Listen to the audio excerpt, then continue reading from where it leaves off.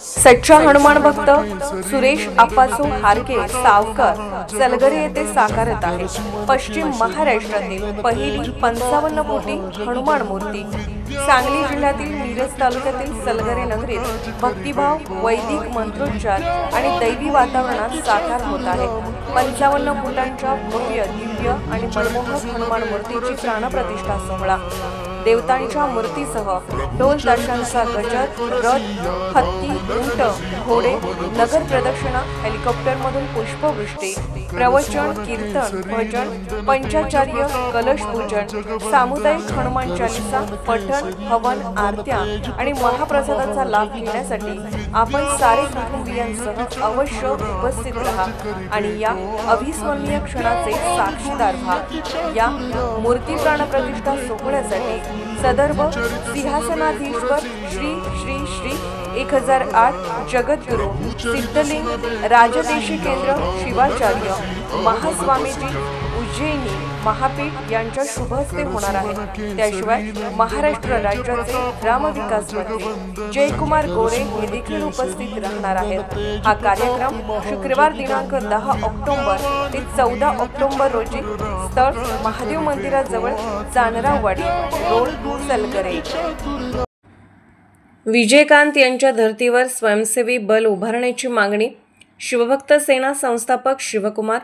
शिवभक्त सेना आध्यात्मिक भक्त ट्रस्टचे संस्थापक शिवकुमार यांनी लोकांच्या सुरक्षेसाठी दिवंगत अभिनेते व राजकारणी विजयकांत यांच्या धर्तीवर स्वयंसेवी बल उभारण्याची मागणी केली आहे।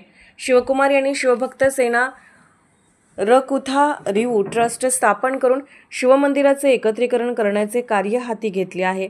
त्यांनी आज थेनी जिल्ह्यातील लोअर कॅम्प येथे मुल्ला पेरियार धरणाचे निर्माते कन्नन जॉन पेनिको यांच्या पुतळ्याला पुष्पहार अर्पण करून पत्रकारांशी संवाद साधला।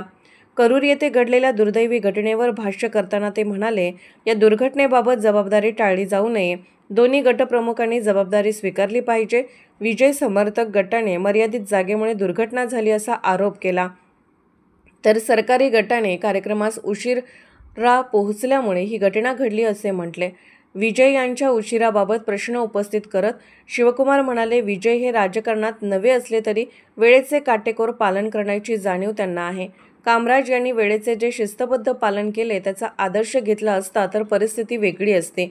मुख्यमंत्री M.K. स्टॅलिन यांनी स्पष्ट केले होते की सरकार हे केवळ समर्थकांचे नसून सर्वांचे आहे। यावरून विजय यांच्या चाहत्यांमध्ये चर्चेला उधाण आले असून विजय खऱ्या अर्थाने मुख्यमंत्रीपदाचे पर्याय ठरतील का असा प्रश्न निर्माण होत आहे। अपघातातील पीडितांसाठी दोन्ही बाजूंनी मदत जाहीर करण्यात आली आहे। सरकारने 10 लाख रुपयांची मदत जाहीर केली तर विजय यांनी 20 लाख रुपये देण्याची घोषणा केली।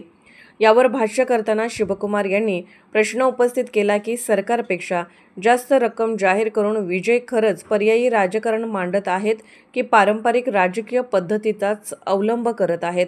याचवेळी इरोड येथील एका आंधळ्या आईच्या एकुलत्या मुलाचा मृत्यूचा संदर्भ देत शिवकुमार म्हणाले, तिचा हृदयविदारक वेदना आपण कमी करू शकतो का? दत्तक घेणे ही एक सकारात्मक नीती ठरू शकते। परदेशातूनही लोक अनाथांना दत्तक घेतात, मग आपण का नाही? शिवकुमार यांनी दोन्ही गटांना आपला अहंकार बाजूला ठेवण्याचे आवाहन केले। मृतांप्रती शोक व्यक्त करताना व जखमींच्या लवकर बरे होण्यासाठी भगवान शंकराकडे प्रार्थना केली। ते पुढे म्हणाले, विजयकांत यांच्या काळात स्वयंसेवी बल अस्तित्वात होते, ज्यामुळे मोठ्या गर्दीचे नियोजन व्यवस्थित होत असे।